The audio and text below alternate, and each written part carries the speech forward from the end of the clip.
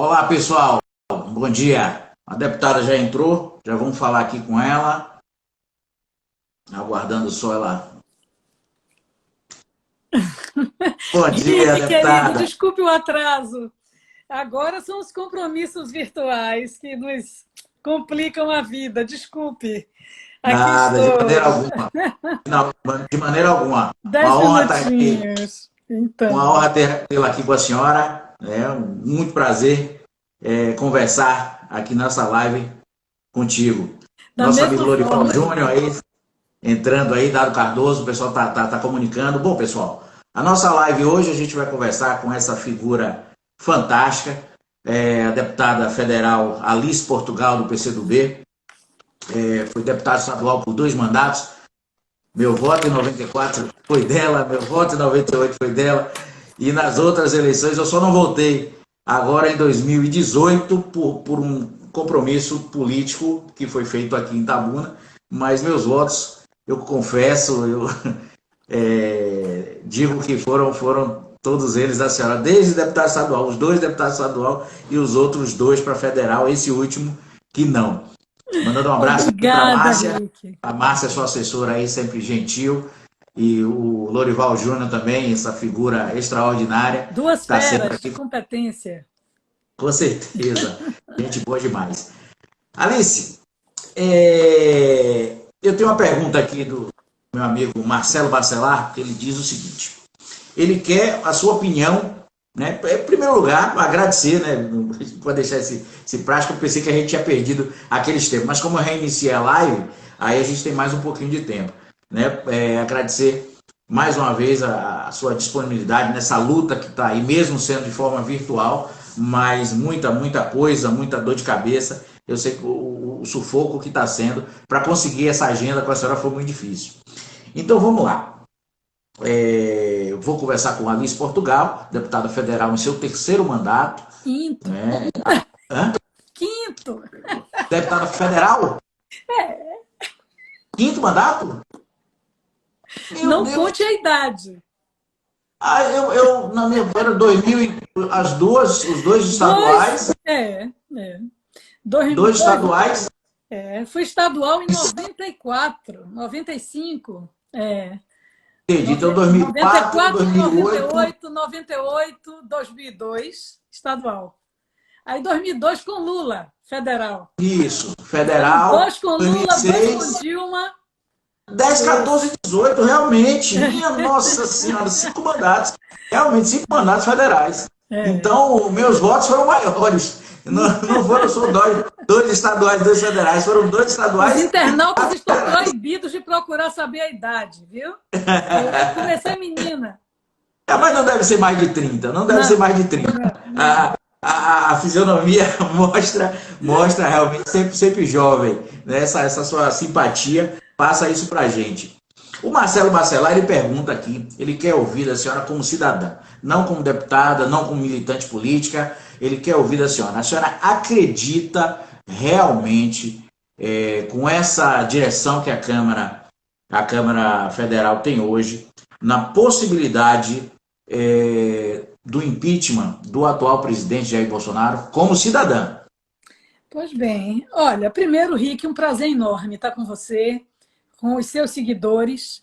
Eu sei do seu esforço, da sua batalha, não é? Então, o iPolítica Bahia, ou a iPolítica Bahia, não é? Tem sido essa referência, uma referência ativa aí no sul da Bahia, Itabuna. E eu quero abraçar todos que nos seguem nesse momento, essa hora da manhã, que eu já fiz 2 reuniões, né? E hoje inauguramos o dia com uma notícia triste aqui em Salvador, que foi a perda de uma diretora da PLB Sindicato, uma militante política do antirracismo, da luta da mulher, a professora Clarice, muito conhecida aí na PLB de Itabuna também. Então, é um dia bem triste, bem difícil para nós, mas nós vamos, como ela, não é? Sempre quis seguir lutando. Então, o Marcelo, eu faço essa homenagem, você me permite, é o primeiro meio de comunicação que eu falo após essa notícia, é justo o seu. Marcelo Bacelar, veja só, como cidadã, não é? que eu procuro, inclusive, nunca separar uma coisa da outra, para que quando eu vote, e agora a gente vota com a digital, né, na Câmara há alguns anos, eu sempre antes pergunto, vai servir a quem o meu voto? Esse voto meu servirá ao quê? A quem? Né? Então, por isso tenho mantido a minha coerência. Eu sempre olho para trás. A que parte da sociedade eu represento? Eu represento os de baixo, os trabalhadores, os servidores públicos, as mulheres, aqueles que, em geral, produzem e pouco têm. Né? Então, eu caminho nesse diapasão. E nesse diapasão, esse governo é um governo muito ruim para os cidadãos brasileiros. É um governo que se cobre de verde e amarelo, mas entrega o Brasil. Essa semana, em plena pandemia, quer entregar as empresas de água e saneamento. E vocês sabem o que é que isso significa para os rincões mais longínquos. Se com o sistema público nós não conseguimos universalizar, imagine se o setor privado vai botar água ou esgotamento sanitário numa região distante do Grande Amazonas, né, que não vai dar lucro nenhum a essa empresa. Então, o governo é um governo entreguista, que se finge de nacionalista, e é um governo algoz do povo. Em plena pandemia, ele queria dar R$ 200 de auxílio emergencial, não queria dar nada. Nós botamos o auxílio emergencial na mesa, ele propôs R$ 200. E aí fomos para o leilão. Propusemos o salário mínimo e ele propôs 300. E aí fomos até chegar nos 600. Agora ele quer reduzir os 600. E nós vamos lutar por nenhum centavo a menos. Então, a nossa compreensão é que, com mais de 30 pedidos de impeachment, com crimes que estão evidenciados, você agora, com a prisão do senhor Queiroz, que estava na casa do advogado de Bolsonaro, que era até anteontem, dele e do filho, e agora não é mais, né? E o que agora é o que defendeu o brilhante Ustra, né? E esse que era, não é mais, a mulher que era, mas também é, não sei, também tem um contrato de mais de 40 milhões no MEC, do ministro que fugiu. Então, Marcelo, realmente é aquilo que nós avisamos antes da eleição. Eu não falo isso execrando, porque eu acho que a mídia corporativa fez um trabalho muito duro contra os governos de centro-esquerda, que foram os melhores da história da República, com todas as deficiências que possa ter tido, né? Acabou derrubando o governo Dilma sem um crime, e veja o que de lá para cá aconteceu. Então, eu acho que agora é a hora da cidadania botar a mão na cabeça, não é?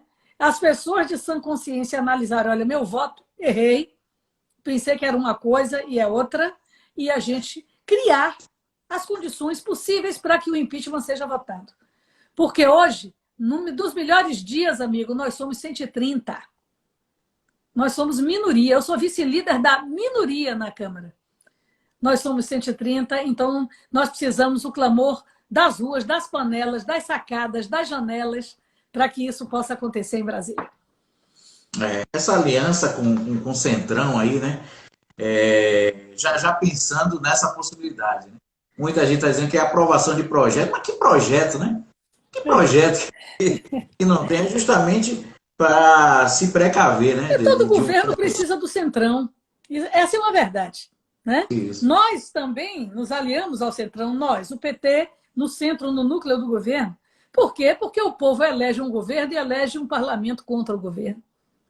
E aí você tem um núcleo de partidos tradicionais e que trabalham com o trator, com a reta escavadeira, com, né, a verba do asfaltamento, e os prefeitos pressionam para que o deputado seja isso.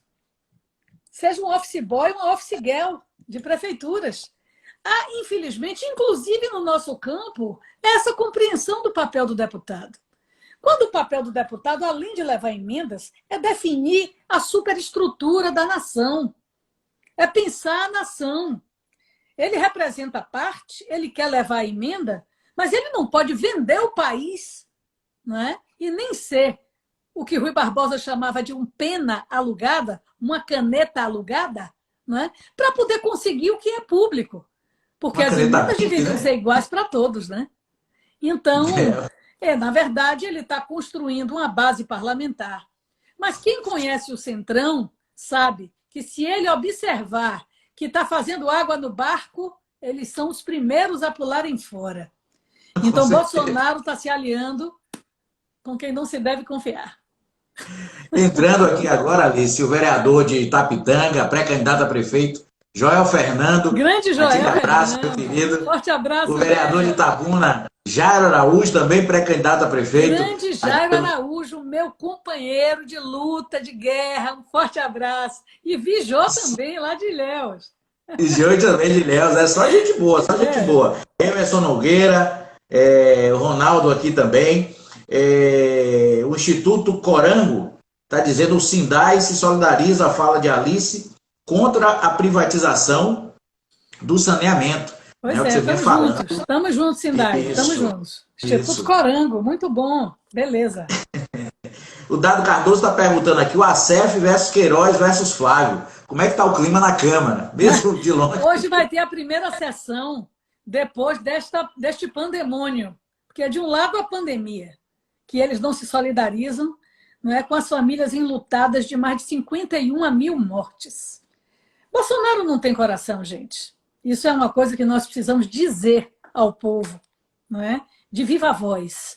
E, objetivamente, depois dessa confusão toda, deste pandemônio, a primeira sessão é hoje 13h55, remota. Para mim é um grande sacrifício, porque eu adoraria pegar o microfone na mão e dizer o que precisava ser dito. No entanto, ela será remota e nós vamos sentir o clima. Tenho a impressão que será um clima pesado, onde é claro que os setores democráticos, a esquerda, os setores de centro democrático, de centro-esquerda, vão bater pesado exigindo a votação do impeachment, vão bater pesado exigindo a implantação de uma CPI, pelo menos, para a investigação do caso Queiroz. Porque Queiroz estava na casa do advogado de Bolsonaro e do filho de Bolsonaro. Isso precisa ser esclarecido. Não basta a demissão ou a troca do advogado. É preciso saber a conexão. Então, acho que o clima vai ser bem pesado hoje, viu, Rick? Ironicamente, Alice, a Andréa Sadi, aquela repórter que eu sou fã número 1, ela fez o questionamento ao advogado, perguntou se ele entrou voando. Né? Foi muito bom. Foi fantástico aquilo aí. Quando eu lembro daquilo, eu dou risada. Até porque o advogado, o ACF, tem uma acusação no passado de bruxaria. Você sim, sabia sim. disso? Isso. Então é possível, né? É possível. Coisa absurda. Marcos Kiko, jogue duro, deputada. Querido Marcos Kiko, aqui também do PCdoB, daqui de Itabuna. Né? Um grande ser humano, pessoa que tem o maior carinho também. Lilian Hori, advogada, colunista do blog Política. Ela que é advogada e especialista em direito constitucional. Está dizendo... Interessante o comentário dela. Isso. O Ismar Lima, ela fez um comentário aqui, né? Ela não iria esconder sem a ciência do Bolsonaro ou ao filho, né? Esse comentário interessante da Lília. O Ismar Lima, ele comentou aqui que em 2012, uma emenda sua foi responsável pela construção da quadra da Nova Califórnia. Exatamente. A quadra de esportes da Nova Califórnia, que foi inaugurada no ano posterior. Mas foi num governo do DEM, na época que era o capitão Azevedo, no governo do DEM, e uma emenda da senhora foi responsável. Eu não fui chamada para inauguração, mas não me importa, né? O que me importa. O que me importa. Mas foi inaugurada em 2000, olha só, mas foi inaugurada só em 2013. Verdade. No governo que já tinha como vice o PCdoB. Olha só. Mas veja só. Eu quero dizer que essa emenda me foi pedida por uma pessoa muito saudosa, que foi a doutora Conceição Benigno. Ela era médica, né, lá da Califórnia, e eu botei a emenda e eu, com muito prazer, fiquei sabendo da inauguração e que crianças e jovens, e mesmo a melhor idade, não é, pôde usufruir daquele equipamento público. Essa é uma batalha, porque as emendas sirvam para isso, não para comprar consciências, né? E acabar com a Previdência Social, acabar com a CLT e agora segurar um monstro na direção do país. Eu espero que os deputados de centro ponham a mão na consciência. E aí, na região sul, vários deputados de centro desses partidos, não é? Eu não gosto de falar centrão, não quero desprestigiar ninguém, porque tem gente boa em todo canto, não é? Então, é importante que eles ponham a mão na consciência. Bolsonaro perdeu as condições de governar o país. Perdeu. Não há condições de chegarmos a 2022 com um cidadão que tem esta visão completamente distorcida. Foi eleito por um sistema e quer transgredi-lo, não é? Quer acabar a democracia, foi a diversas manifestações com solicitação de fechamento da Câmara, do Supremo. Ora, vamos pegar casos extremos. Luiz Inácio Lula da Silva foi condenado por um juiz que virou ministro, só isso levaria à suspeição das sentenças, e objetivamente nunca pediu o fechamento do Supremo ou da Câmara dos Deputados. Dilma foi cassada sem um crime e não pediu o fechamento da Câmara. Então, eu acredito que desmontar o arcabouço democrático é tudo que o Brasil não pode aceitar. E é o que Bolsonaro defende. Então, não adianta esses dias ele estar mais calado, não adianta esses dias ele estar retraído, mas, na verdade, é necessário apurar aquilo que vem acontecendo nesse último ano de ataque frontal à democracia e às liberdades. Então, é por isso que acho que a mobilização joga um papel fundamental. Perfeito. O Joel Fernando está lembrando também, em Tapitanga, um direcionamento de uma emenda parlamentar no valor de 500 mil. Tive essa oportunidade. Seu mandato para a pavimentação de ruas no bairro Alto da Colina. Exatamente. Né? A situação de Alice realmente é irreparável. Quem está mandando aqui também algumas perguntas, mas antes ele manda um abraço, gosta muito de você, é o nosso querido colega jornalista Derivaldo Benedito, Bené. Ele falou com ele recentemente do programa dele na rádio. Bené, um forte abraço. Ele faz duas perguntas. Ele sempre exagerado, aí ele faz duas perguntas. Deputada, qual a avaliação que a senhora faz de 1 ano e meio do governo Bolsonaro, em especial em combate à pandemia do coronavírus e no setor educacional? Essa questão da pandemia, da avaliação, eu queria deixar para o final.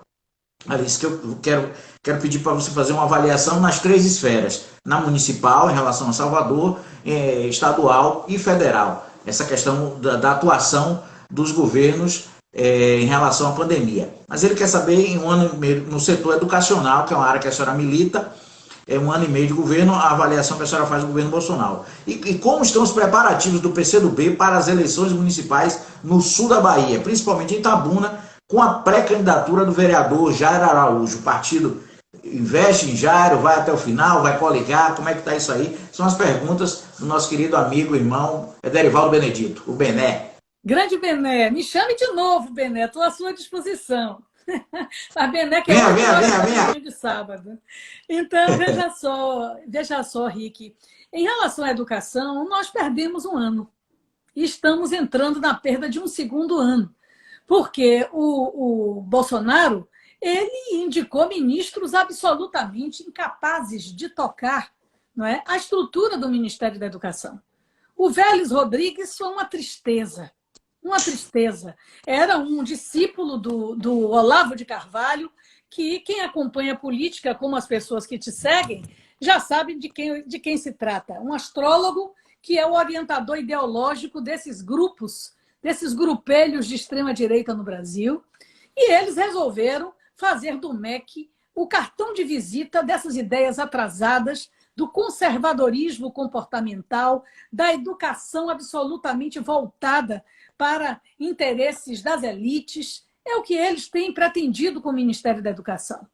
E o Vélez não suportou, entra o Weintraub. O Abraham Weintraub foi um entrave para a educação. Iniciou sua gestão cortando os recursos das universidades, dizendo que as universidades federais do Brasil eram plantações extensas de maconha e que eram uma balbúrdia. A Universidade Federal do Sul da Bahia, não é? Essa que é uma jovem universidade, foi a que mais perdeu recursos. Ficou devendo na praça. A reitora sofreu absurdos para conseguir recompor e não dissolver aquela estrutura nascente. Então, foi uma luta muito grande o ano passado, com passeatas, com lutas pelos recursos das universidades. Ele tentou acabar a UNE, a União Nacional dos Estudantes, e a UBS, impor uma carteira de estudante, que é o que sustenta o movimento estudantil, e todos sabem, e a UNE diz isso. Tentou fazer imbricamento partidário. A UNE é plural, tem gente de todas as forças políticas, claro que da extrema-direita não, né? Participando. Então, depois quebrou a pós-graduação. Aliás, o seu último ato foi cortar as cotas da pós-graduação e ontem à noite foi revogada a portaria, porque senão iam perder na justiça.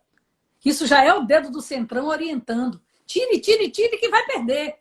A mesma coisa o Enem, que eu tenho 2 projetos, nós íamos ganhar no projeto, porque o próprio centro ia votar conosco. Eles tiveram que adiar. Mas nós sabemos que o adiamento ainda é insuficiente. Então, Abraham Weintraub foi um desastre para a educação brasileira. Um apocalipse, um elemento desqualificado, né? Debochado, irônico, agressivo. Uma pessoa que não tem trato social. Tivemos diversos embates. Fui perseguida pelas milícias bolsonaristas nas minhas redes, que eu peço que vocês sigam. Então, na verdade, nós sabemos que aquele cara, eu chamo assim mesmo, é a escória da antidemocracia. É o que ele é. E vejam a atitude. A atitude é de confissão. Ao se pegar racismo, falas despropositadas, não é? Desmerecendo e agredindo os ministros do Supremo Tribunal Federal. E investigações que ainda estão sob sigilo, que nós não sabemos, não é? Porque deve ter mais coisa para ele, na calada da noite, de forma articulada, sem a sua exoneração, usa ainda de um cargo que ele já não exerce, do ponto de vista prático, pega um avião e vai para Miami. Né? Antes de ser nomeado para esse suposto cargo do Banco Mundial, que eu espero que tenha juízo e não incorpore um desqualificado desse.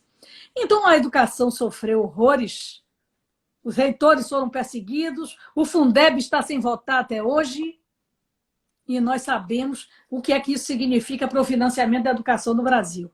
Dramático, espero que ele bote, pelo menos, enquanto ele estiver no governo, um ministro que tenha condição de dialogar. Né? Segundo a questão das eleições. Né? As eleições, hoje e amanhã, nós devemos tratar do adiamento. Há um certo acordo, não é? Para que seja o primeiro turno em 15 de novembro. Eu, como profissional de saúde, eu sou profissional de saúde, viu, gente? Né? Que farmacêutica, né? Sou farmacêutica bioquímica, aqui do Hospital Universitário, do velho Hospital das Clínicas. Então, o que eu digo a vocês é que eu acho um pouco cedo, né? Mas, enfim, o tribunal não quer deixar que a coisa perpasse um ano. E, evidentemente, deve ter suas razões, suas observações. O importante é que não aconteça já em outubro, no sentido de que nós podemos ainda estar no auge da epidemia em muitos lugares do Brasil. Então, a tendência é que seja aprovada 15 de novembro, 6 de dezembro, o segundo turno em 6 de dezembro. Os planos do meu partido é um plano de sobrevivência. Né? E, para nós, cada quadro do PCdoB tem uma importância gigantesca. Nós somos o mais antigo partido em exercício político no Brasil, com uma formação de amplitude, especialmente quando o fascismo se apresenta. Quando o ovo da serpente é chocado. E foi chocado. Então, o PCdoB luta por frentes amplas no Brasil para combater o fascismo e nos municípios para desenvolver e lutar pela vida do povo. Não é? No entanto, sem a existência de coligações, nós somos, evidente, estimulados a lançar nossas candidaturas próprias. Então, Jairo terá todo o apoio do PCdoB, é uma candidatura importante de uma cidade polo, de uma das mais importantes cidades do interior, não da Bahia, mas do Brasil. Né? Itabuna tem esse gigantismo, essa sua natureza, e que traz consigo também as marcas de uma cidade grande. Né? As consequências de ter crescido desordenadamente.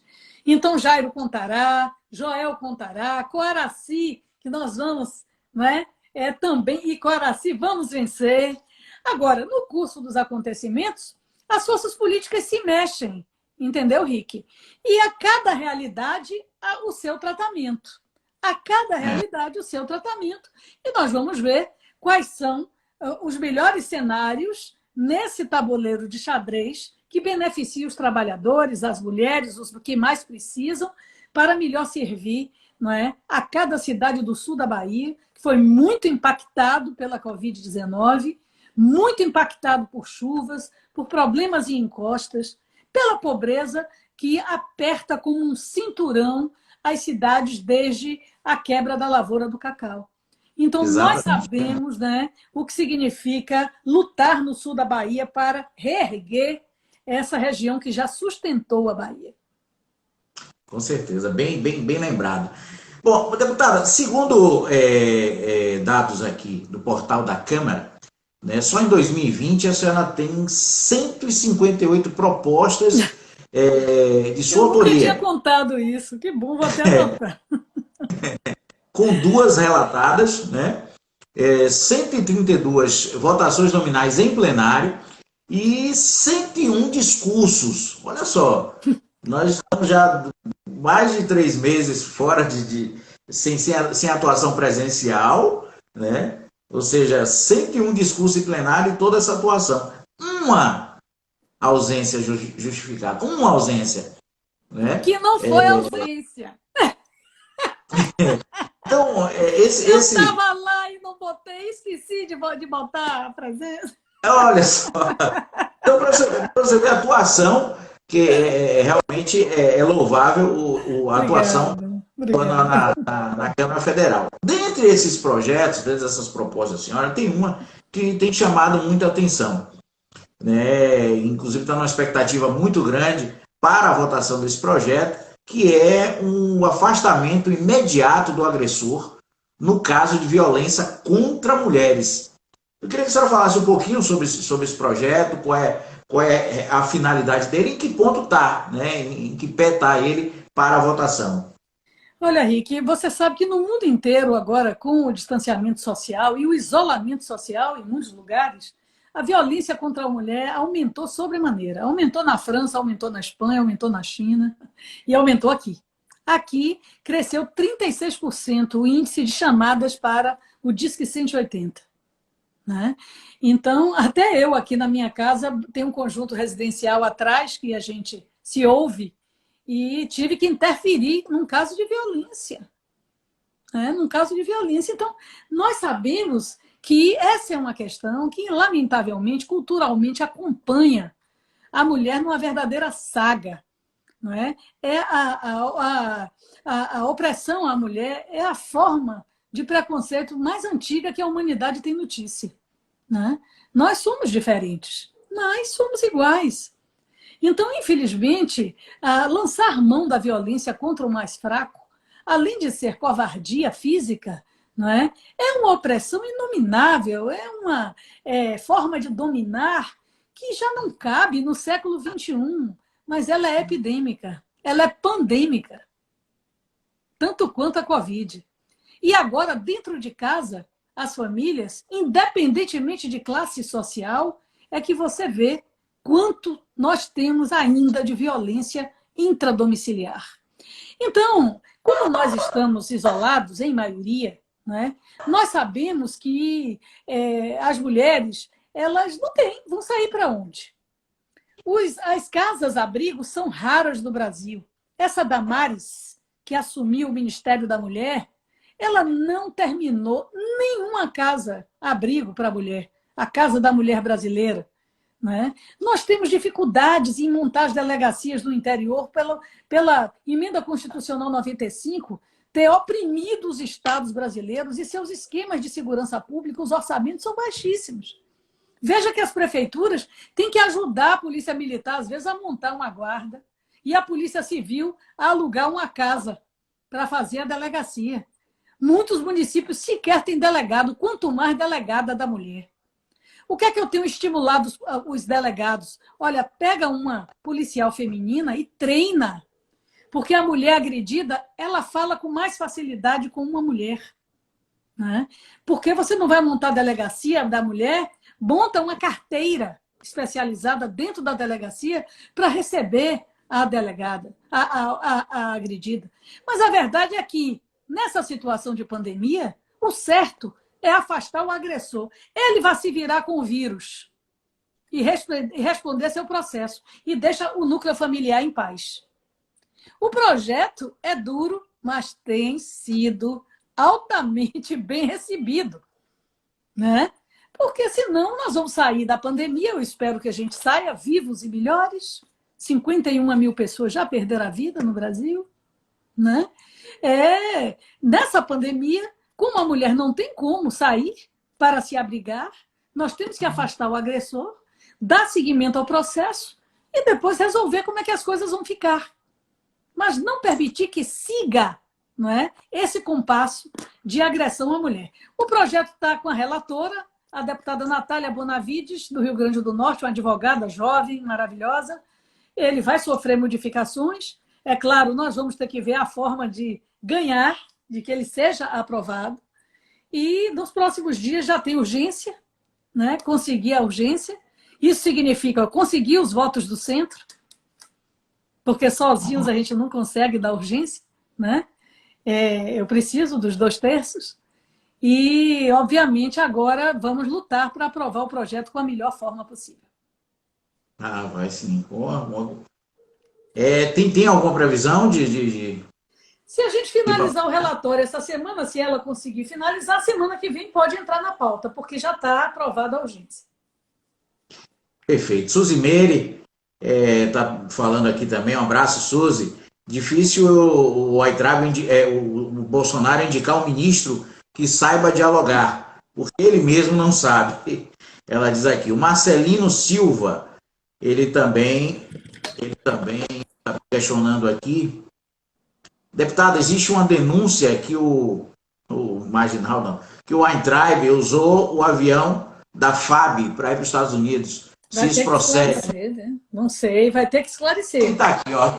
Já tem requerimento pedindo. Bobô Tavares está aqui assistindo a gente. Grande Bobô. Nossa, grande ídolo do Bahia, do Paulo do Flamengo, por onde passou. Grande Bobô. Né? A Lília está falando aqui. Aqui em Itabuna está complicado. A delegacia já fica num lugar ermo, de difícil acesso. E fiquei sabendo que a mulher só pode denunciar na própria delegacia. Imagine para sair, para denunciar nessa própria nessa pandemia que a gente está vivendo. É por isso que o projeto prevê tirar o agressor. Se a denúncia for feita, tem testemunha, tira o agressor. Porque a mulher não tem como sair. A luta vai ser grande. Loucura, né? Loucura. Agora eu quero abraçar o Bobô, viu? O Bobô está sendo ponta de lança, como sempre foi, agora dessa discussão sobre a emergência esportiva.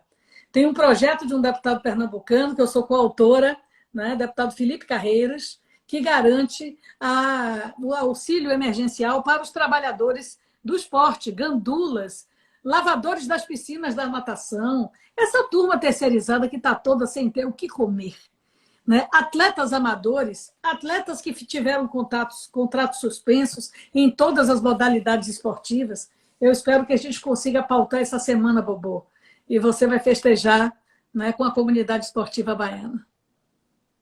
É o Raimundo Nonato. Ele mesmo. E sua elegância sutil. E quem não lembra? A elegância sutil de Bobô, né? A Tiara Novaes, ela pergunta aqui, deputada, gostaria de contar com o seu apoio aqui no meu projeto de apoio mulher aqui na cidade de Quaraci.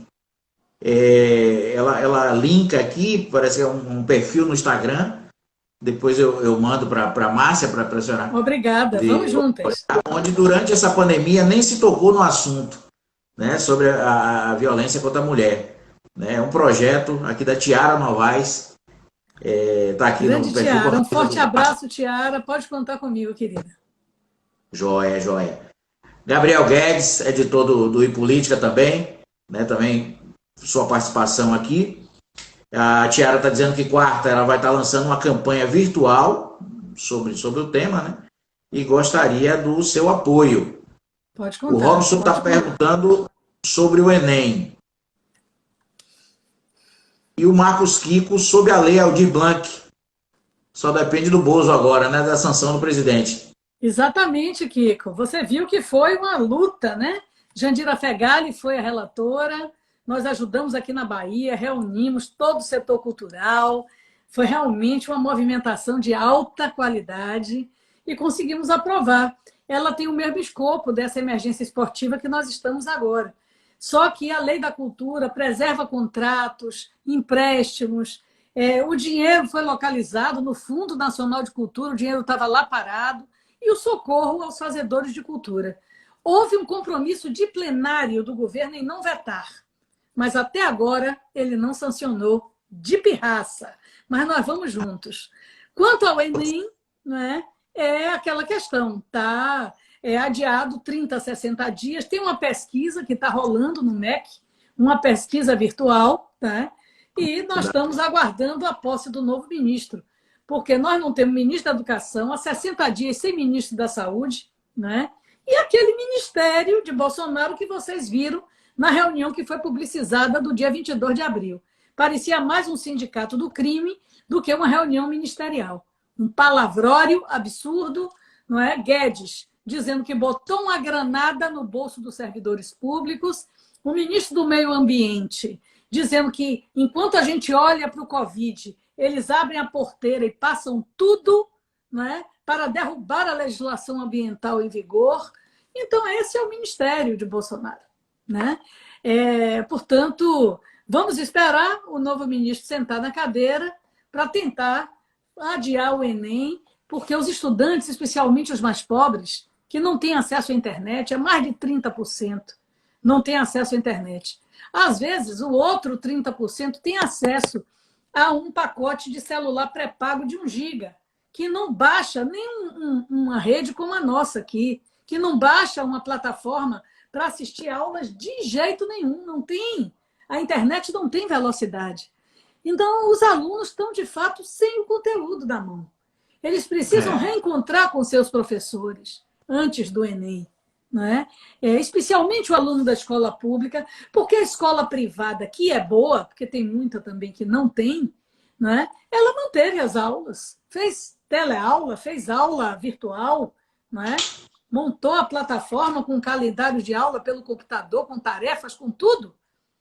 E a diferença do aluno que teve do que não teve isso? Nós não podemos fazer com que o Enem volte a excluir da universidade o aluno mais pobre e o aluno da escola pública. Por isso, o adiamento é justo. Não prejudica ninguém, mas impede o prejuízo daqueles que não têm acesso aos meios eletrônicos para o acompanhamento escolar.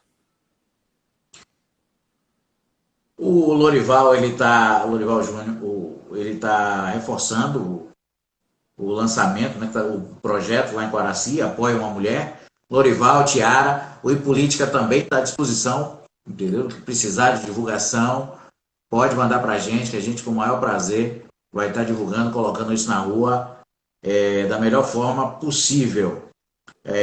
Wesley Muralha, grande conquista, mandando aquele abraço. Gabriel Guedes. Que maravilha! Só gente boa, né? A Silvia Cris está perguntando, está falando, uma palhaçada essa presidência, temos que mudar esse quadro. O Gabriel Guedes, que não é o famoso Guedes, ele questiona como fica a situação no Ministério da Saúde, já há cerca de 30 dias sem um titular. Mas... Qual a sua avaliação sobre isso? E o Enem deveria acontecer no ano que vem, o Robson está falando. E deixa eu ver o que mais. Muita pergunta. Júnior Paim, eu estou tentando achar essa pergunta aqui. Bom, vamos lá. Essa do Guedes, qual a sua avaliação do Ministério da Saúde sem 30 dias sem um titular da pasta? Parece que o secretário de Educação do Paraná está cotado para ser o ministro da Educação. Eu vi hoje na Globo News, hoje cedo, A senhora tem alguma informação A mais tendência é que concreta? seja esse cidadão aí, conservador, né? Alinhado com Bolsonaro também, né? Enfim, parece um pouco mais educado do que o Weintraub, mas com a mesma orientação, né? Privatista, Bem alinhado, né? aliado.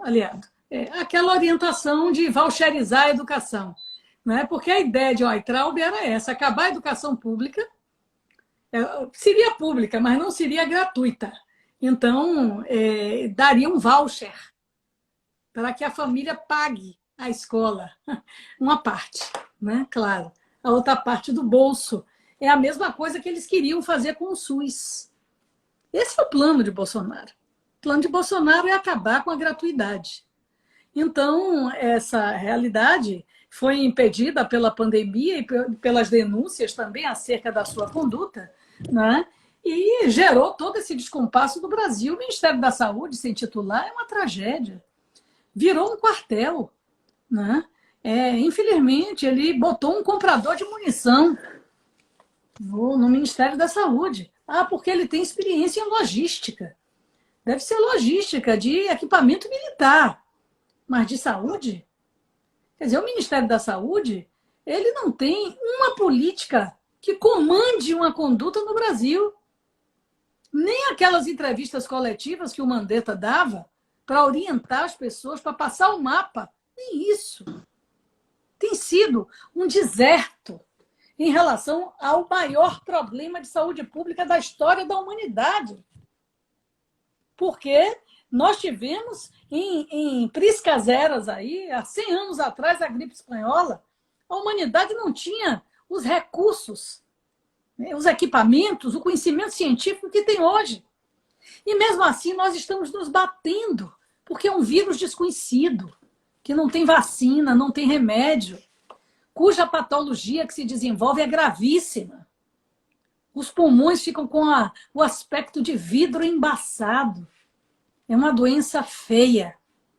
E como é que nós temos um Ministério da Saúde, um país que tem uma Fiocruz, que tem as universidades que estão se virando para fazer equipamento de segurança, para fazer testes, para tentar participar do processo de criação da vacina.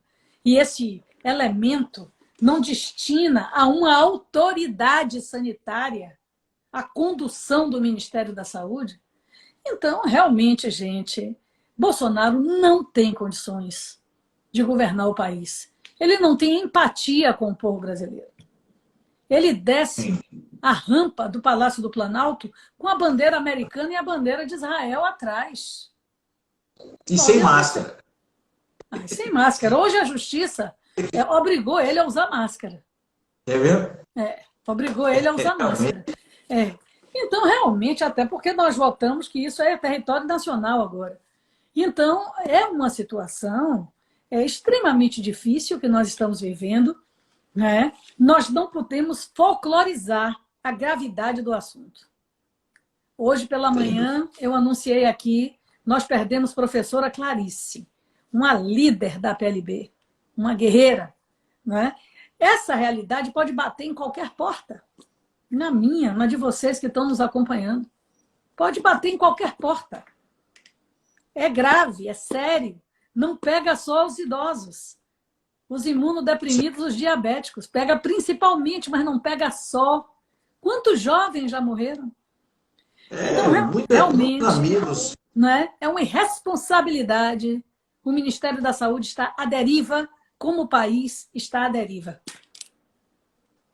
Eu costumo dizer que quando a live é boa, quando o papo é bom, o tempo passa rápido. A gente já está chegando a 45 minutos de live e vou fazer dois questionamentos aqui.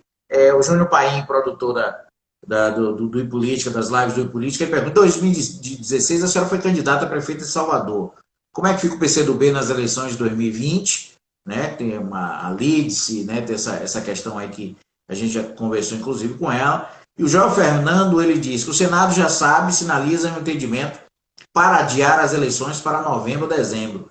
Já a Câmara, pelo que acompanha, tem resistido a isso e seguido a pressão dos prefeitos que querem agora já em outubro. Já tem outros que querem a prorrogação do mandato. É. Tem Tem de muita, tudo, muita. Joel. Tá uma feira, viu? Hoje de tarde que É, nós vamos nos entender aí. De hoje para o amanhã. Diego, o Diego Lima, o Negro Gui, estamos de luto pela professora Clarice, né? E o Guedes também fala sobre a situação das vacinas. 2.000 unidades chegaram para teste do Brasil, mas a relação de Bolsonaro com os demais países pode impedir o avanço das vacinas aqui no Brasil. Verdade. Verdade. O Brasil está embotado, né, com a emenda constitucional 95, não há dinheiro para investimento no setor público, e vacina é, por excelência, algo que o setor público tem que ser o disparador. Né? É claro que o setor privado compra vacinas, cobra para aplicar vacinas, é uma opção de quem pode, mas para que você imunize uma população inteira, o setor público tem que ser o elemento principal. E do jeito que nós estamos, com as finanças em baixa, né? Nem para financiar pesquisa e nem para comprar. Quanto será essa vacina que a Universidade de Oxford vai desenvolver? Que ainda não sabemos se é a vacina ideal. Quanto vai custar a vacina chinesa? Ninguém vai dar de graça a país nenhum. Você imagine como o insumo farmacêutico é importante, não é? E eu, como farmacêutica, faço questão de dizer: a primeira coisa numa guerra que acontece é a potência impedir que o país inimigo receba insumos farmacêuticos. Cuba se desenvolveu farmacologicamente e hoje está praticamente zerada em casos de Covid, porque ficou isolada. Os americanos bloquearam a chegada de remédios. É uma perversidade brutal. Era hora do capitalismo se desarmar e quem produzisse a vacina distribuir a fórmula para o mundo inteiro. Nós estamos enfrentando uma pandemia que arrasa a humanidade. Vamos falar sério. O que nós estamos enfrentando é isso. E Bolsonaro defende a imunidade de manada. Né? A imunidade de manada, ou seja, vá para a rua, se contamine. Todo mundo vai morrer um dia, quem tiver que morrer, morre e os outros ficam. E ele substitui a mão de obra com a carteira verde e amarela precarizada. Ele quer um precariado. Né? A verdade é que é uma visão medieval, é uma visão desumana, sem empatia, sem coração, especialmente com os mais pobres, que as estatísticas mostram que agora está nos bairros populares a maior concentração de contaminação, né? Entre a população negra, que é a maioria dos pobres do Brasil e na Bahia. Então, essa questão da Covid é uma questão muito séria mesmo, gente, que mostra a natureza e o caráter dos governantes. Por isso eu digo, se você puder, realmente fique em casa. Porque nós não temos orientação pública suficientemente forte do governo federal para nos garantir. O governo estadual está fazendo o que pode. Mesmo que tendo tido aquele problema de contaminação no hospital, né? No novo hospital, mas vocês sabem que se nós não tivéssemos esses hospitais e essas policlínicas, agora nós estaríamos com a mão na cabeça. A Bahia seria o primeiro do Brasil. Graças a tudo isso, não é. Graças ao governador ter sabido dialogar, inclusive, com opostos, como aqui em Salvador. Porque nós somos opostos à ACM Neto. No entanto, essa confluência fez com que Salvador não estivesse no topo nacional, como outras capitais estão. Aqui tem mais de 3 milhões de habitantes. Uma cidade de quase 500 anos. Cheia de injustiças e desigualdades. Eu fui candidata na última eleição. Para o PCdoB foi algo inédito, foi uma luta, não é? Foi uma batalha que nós quase solitariamente seguramos um discurso no momento que Dilma estava sendo caçada. Que o povo ainda achava que as obras do metrô eram feitas por ACM Neto. Então, minha candidatura serviu, inclusive, para preparar a eleição de 18, né? A eleição de Rui em 18, a capitalização, o enfrentamento à criminalização da política. Né? Uma deputada que ele não podia apontar o dedo para dizer nada. E eram, na época, poucos nessa condição. Então, eu servi a esse projeto. Muitos apostavam que nós teríamos 1%. Tivemos 15%. Né? Com uma distância financeira gigante. Então, saímos muito satisfeitos daquele processo. E agora, aqui em Salvador, a minha candidata, a candidata do partido, é a Olívia Santana, que pegará a temática da opressão ao povo negro, que agora ficou mais do que retratada com o caso, não é, de George Floyd nos Estados Unidos, que chamou a atenção e comoveu o mundo inteiro. Porque George Floyd gritou até morrer: eu não posso respirar. Que é a mesma coisa que os pacientes de Covid gritam no leito ou por um leito. Então, é atual, é o momento e nós precisamos, de fato, erguer essas bandeiras para que a nossa população possa incorporar valores, sejam valores humanos reais. Eu mesma só faço política para isso, porque eu não entendo política como carreira. Eu sou farmacêutica e bioquímica de um hospital universitário, trabalho em pesquisa. Né? Política, para mim, é uma ferramenta de transformar a vida das pessoas, de tentar edificar outros conceitos, uma outra forma, né, de enxergar a vida. Então, a pandemia acho que está servindo também para a gente fazer essa reflexão, sabe, Rick? E acho que os nossos seguidores aí devem fazer essa reflexão, internalizar um pouco isso, para que a gente possa, cada um, ser correia de transmissão dessas ideias que humanizem as relações entre as pessoas. Não, sem dúvida, sem dúvida. Bom, nós chegamos a 52 minutos de live e eu queria, Alice, que brevemente você fizesse um balanço, né, uma avaliação das 3 esferas governamentais. Salvador, bem tocado esse assunto, uma coisa que eu realmente estou sempre comentando, essa união entre Rui e Assemineto, que foi fundamental para o resultado positivo que foi mostrado na capital. Realmente foi muito interessante esse trabalho em conjunto que foi feito em Salvador, inclusive com essa central da Covid. Realmente foi muito interessante. Então eu queria que você fizesse uma avaliação sobre o governo estadual, o governo municipal de Salvador e o governo federal. Você já falou um pouquinho, mas nesse sentido aí.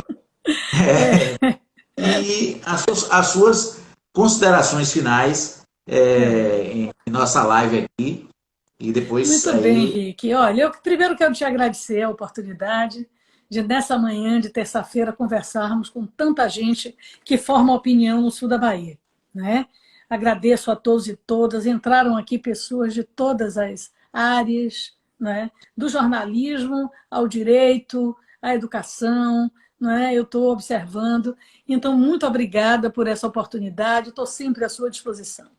Segundo, dizer que, de fato, não é, o que eu falava por último sobre a política como instrumento de transformação da vida das pessoas, lhe induz a tomar posição, a ter lado. Né? A ter lado. Quem não pode ter lado é juiz, nem no futebol, nem na justiça. Né? Mas, mesmo assim tem juiz que tem, né? Pois é. Isso aqui precisa, né, se analisar. Então, eu tenho um lado. Aqui, a administração municipal, não obstante esteja agora acertando ao seguir as orientações da Secretaria Estadual de Saúde e da Organização Mundial de Saúde, nós temos uma divergência nuclear na questão, né, da forma e para quem governar. Então, para mim, era muito mais importante ter feito mais postos de saúde e mais restaurantes populares do que botar balaustrada de aço inox na orla de Salvador. Ou mármore nas calçadas da Pituba. Compreende? Granito. Eu acho que as escolhas, elas mostram a face do governante. Ele é operoso, né? Não é um problema pessoal, pelo contrário, a gente se dá cordialmente. Fui adversária dele, mas a escolha é que caracteriza o governante. A minha escolha é por pessoas. Né? Então, eu não posso apoiar a Assemineto, porque ele não prioriza isso no cotidiano. Não estou falando da pandemia. Na pandemia, ele está tendo a atitude correta. Não é? E eu seria injusta ao dizer ao contrário. Tá? Não é? Isso eu acho muito importante. Eita, tem um dizendo que eu sumi. Eu não, estou aqui na guerra. Então, minha gente, veja o que é, né? Como é que eu posso ir aí? Então, eu acho assim, sabe, que neste caso, com essas escolhas, nós temos que mudar a orientação política em Salvador. Assim como vocês em Itabuna, em Coaraci, em Itapitanga, que foram casos tratados aqui por nós, tem que analisar isso. O que cada cidadão que não está na política, o que eu recomendo que essa pessoa analise? Analise isso. Quais são as prioridades? Qual é a escolha do governante que se apresenta para você? Se a escolha for pelas pessoas, põe o dedo aí, né? Se a escolha for por estruturas, tá? Apenas por uma visão, digamos, de construções sólidas, materiais, ora, todo mundo quer a cidade bonita. Mas antes da cidade bonita, povo educado, povo saudável, transporte público com qualidade, cidade mais humana e democrática, conselhos O luxo vem funcionando, depois. idosos assistidos, crianças assistidas, né? Então, é isso, né? Primeiro a obrigação, depois, né, o embelezamento.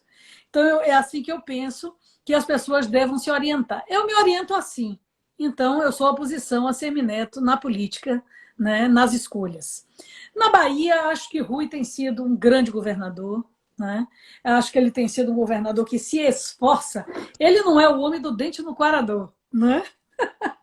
Eu acho assim, falando muito claramente, não é verdade? Ele não é aquele político carismático que a gente está acostumado, o orador baiano, né? Que é a nossa tradição política, né? Mas ele é obstinado. Ele é obstinado, ele bota na cabeça, ele vai até o fim. O Rui, quando secretário, deputado federal, eu encontrava ele nos aviões com um monte de papel na mão. Eu disse, o que é isso, Rui? Por que você não despachou isso? Jamais! Por que, menino, você não despachou isso? Isso aqui é o metrô.